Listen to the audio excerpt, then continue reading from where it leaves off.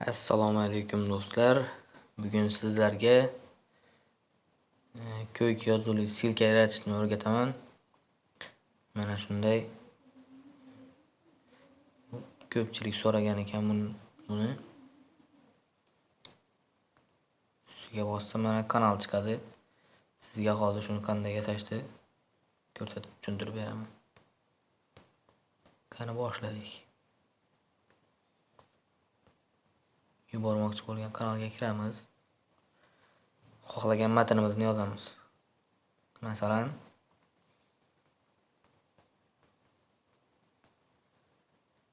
buni ustiga bosib turamiz va tepadagi 3 ta nuqtani bosamiz. Mana shu.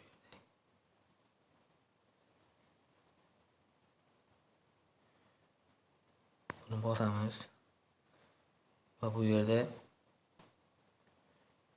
havola yaratish degani bor. Mana shuni bosamiz. Bu yerga kanalning silkasini qo'yamiz. O'zlarimiz qo'ymoqchi bo'lgan kanalning silkasini qo'yamiz. Menda nusxalanganligi uchun chiqib turibdi. Bu yerga o'zingiz kanalingiz silkasini qo'yishingiz mumkin. Va OK ni bosamiz. Keyin bu yerda X ni bosishimiz kerak bo'ladi.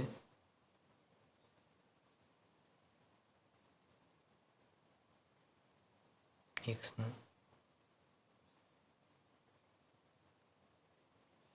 Keyin kanalga jo'natamiz. Mana tayyor.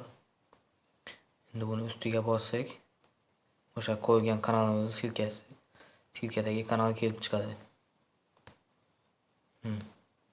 Mana video yoqqan bo'lsa obuna bo'lib, like bosib qo'yamiz.